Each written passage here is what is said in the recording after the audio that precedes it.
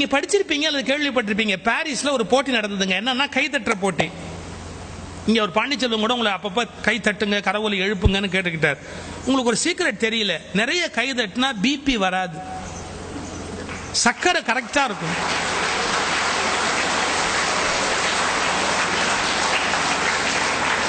ஒரு 5 வருஷம் ஆயுள் ஜாஸ்தி ஆகும்.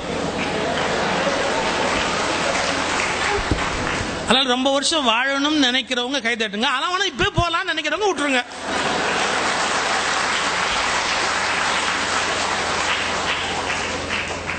பாரிஸ்ல ஒரு போட்டி வச்சா என்னன்னா கை தட்டணும். தொடர்ந்து கை தட்டுறவங்க யாருன்னு கண்டுபிடிச்சு அவங்களை தேர்ந்தெடுத்து பரிசு கொடுக்கறதுக்காக ஒரு ஏசி அரங்கத்தில் வச்சு ஒரு போட்டி வச்சா.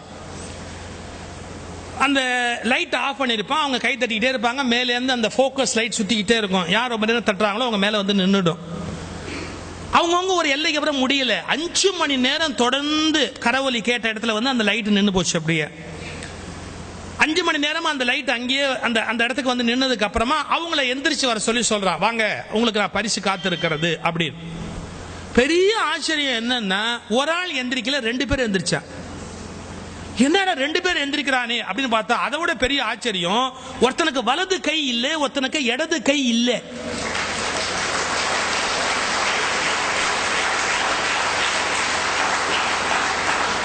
நீங்க முதல் விஷயம் யோசிக்கணும், கைதட்டுகிற போட்டியில் கை ஒன்று இல்லாதவன் கலந்து கொள்வேன் என்று தீர்மானிப்பதே வெற்றி பெற்றதை விட மேலானது.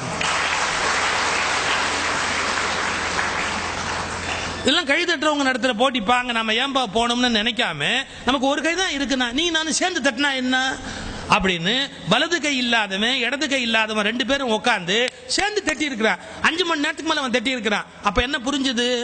இந்த உலகத்தில் வலக்கை இன்றியும் வாழலாம், இடக்கை இன்றியும் வாழலாம், நம்பிக்கை இன்றி ஒரு நொடி கூட வாழ முடியாது. ஏன்னா கை தட்டுற போட்டியில போய் ஒரு கை இல்லாதவன் கலந்துகிட்டு ஜெயிக்கிறான்னு சொன்னா நம்பிக்கை தானே காரணம். முடியும், நம்மால் வாழ முடியும் என்ற நம்பிக்கையோடு வாழ்க்கையை சந்திப்பதற்கு நாம தயாரா இருக்கணும். சார், நம்ம தோற்றம் கொஞ்சம் குறைவா இருக்கிறதுக்காக வருத்தப்படக்கூடாது, நிறம் கொஞ்சம் குறைவா இருக்கிறதுக்காக வருத்தப்படக்கூடாது. ரிஷிகேஷ்ல ரிஷிகேஷ்ல வாழ்ந்த சுவாமி சிவானந்தா ஒரு கதை சொல்வார், அருமையான கதை. ஒரு காட்டுல கிளியும் காக்காயும் உட்காந்து பேசிட்டு இருந்துதான். அப்ப காக்காயை பார்த்து கிளி சொல்லிச்சான் ரொம்ப திமிரா, யூ டைரக்ட்லி காக்காய் தள்ளி உட்காரு.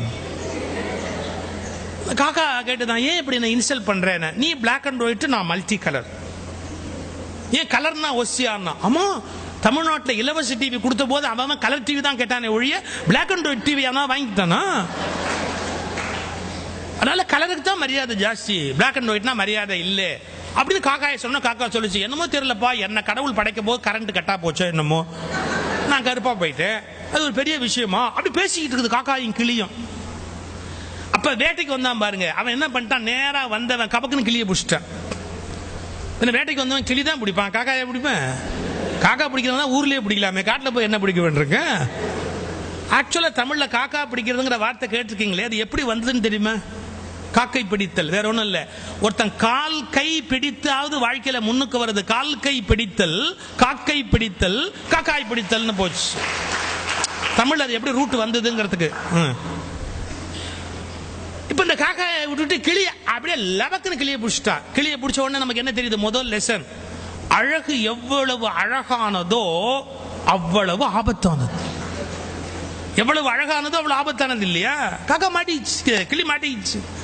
கிளியை பிடிச்சி நேரா வீட்டுல கொண்டாந்து வச்சுக்கிட்டு அந்த கிளிக்கு பேசுறதுக்கு பழக்கிறா. இந்த காக்கா பின்னாடியே வந்து என்னன்னு பாக்குது. இந்த கிளிக்கு என்ன சொல்லி கொடுக்குறான்? குட் மார்னிங் சொல்லு அப்படி கத்து கொடுக்குறான். கிளிக்கு வரல. பூண்டு இருக்கு இல்லையா, கார்லிக், பூண்டை சுட்டு நாக்கில் வச்சு கிளியை பேச பழக்குவானா. இந்த பூண்டை தூக்கி கிளி நாக்கில் வச்சு கீச்சு மூச்சுன்னு கத்துது. அன்னைக்கு அமாவாசை காக்காய்க்கு வாசல்ல சோறு வச்சிருக்கேன். அவன் பொண்டாட்டி கான்னு கத்துற உடனே அந்த காக்கா சோத்தை பார்த்து கிளியை பார்த்து, சோத்தை பார்த்து கிளியை பார்த்து ஒரு வார்த்தை சொல்லிச்சு, பாத்தியாடா, அவன் பாஷையில பேசுறதுக்கு உனக்கு சூடு வைக்கிறான், என்ன என் பாஷையில கூப்பிட்டு சோறு வைக்கிறான்.